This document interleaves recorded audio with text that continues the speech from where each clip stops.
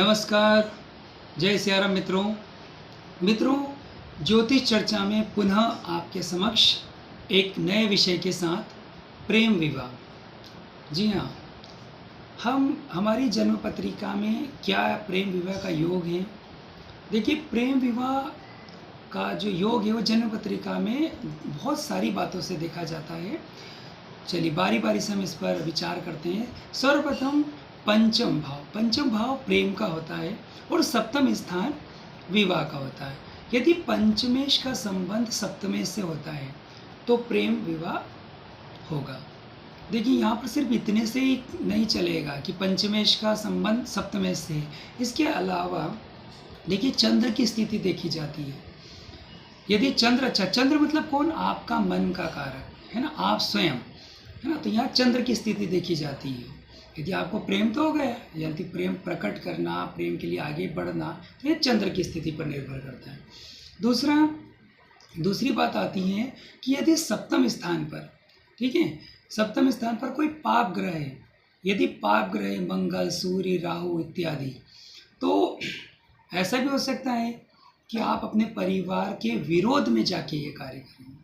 यदि सौम्य ग्रह हैं, यदि अच्छे ग्रह हैं, यानी शुक्र हो गया, गुरु हो गया, चंद्र हो गया, तो निश्चित तौर पर आपका सहज रूप से आपके कार्य बन जाएगा, प्रेम विवाह हो जाएगा। परंतु यदि पाप ग्रह है तो फिर कहीं न कहीं विरोध का सामना करना पड़ेगा। यदि शनि रहता है तो अंतर्जाति का भी होगा। और यदि राहु है, देखिए, इसलिए हम बोलते हैं कि आप अपने यदि आपको प्रेम विवाह करना है तो आप अपनी जन्म पत्रिका, आपकी भी और आपके जो पार्टनर हैं उनकी भी, आप किसी भी अच्छे ज्योतिष से विचार करवाइए। क्यों? क्योंकि यदि सामने वाले की पत्रिका में राहु हुआ सप्तम स्थान पर, या पंचमेश और सप्तमेश के साथ राहु की युति हुई, तो वो ऐसा व्यक्ति एक से अधिक लोगों के साथ भी प्रेम कर सकता है और आपको धोखा मिलने का भी हो सकता है।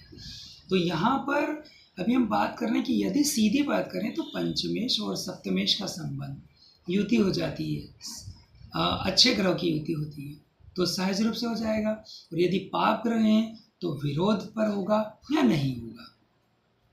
दूसरा, शुक्र की स्थिति भी देखी जाती है कि शुक्र कैसा है।